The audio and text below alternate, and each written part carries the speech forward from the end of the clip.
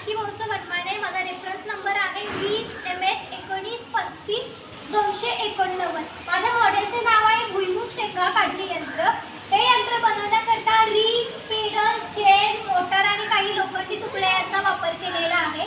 आपल्याला शेंगा ढाळापासून वेगळ्या करायच्या आहे. त्यासाठी आपण स्नायू ऊर्जेच्या मदतीने हे पेडल फिरवणार आहोत. जेव्हा पेडल फिरायला सुरुवात होणार आहे त्यावेळी चाक देखील फिरायला सुरुवात होणार आहे. ज्यावेळी चाक फिरायला सुरुवात होईल त्यावेळी आपण शेंगा ढाळाच्या चाकाजवळ पकडणार आहोत, तेव्हा शेंगा ढाळापासून वेगळ्या होणार आहे. अशा प्रकारे ज्या प्रकारे आपण स्नायू ऊर्जेच्या मदतीने शेंगा ढाळापासून वेगळा करत आहोत त्या प्रकारे आपण विद्युत ऊर्जेचा वापर करूनही शेंगा ढाळापासून वेगळा करू शकतो, जेणेकरून आपल्या श्रमांची आणि वेळेची बचत होईल. ही कल्पना मला कशी सुचली तर गेल्या वर्षी आम्ही लॉकडाऊनमध्ये गावाला होतो.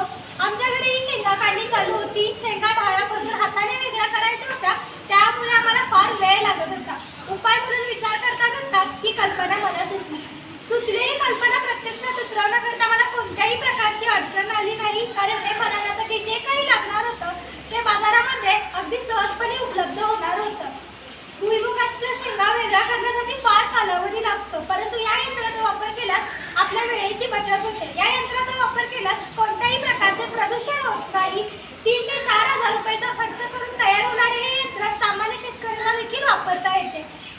भुईमुगाचे उत्पादन घेणाऱ्या शेतकऱ्यांना शेंगा काढणीसाठी फार वेळ लागतो. मजूर लावायचे झाल्यास फार खर्चही येतो.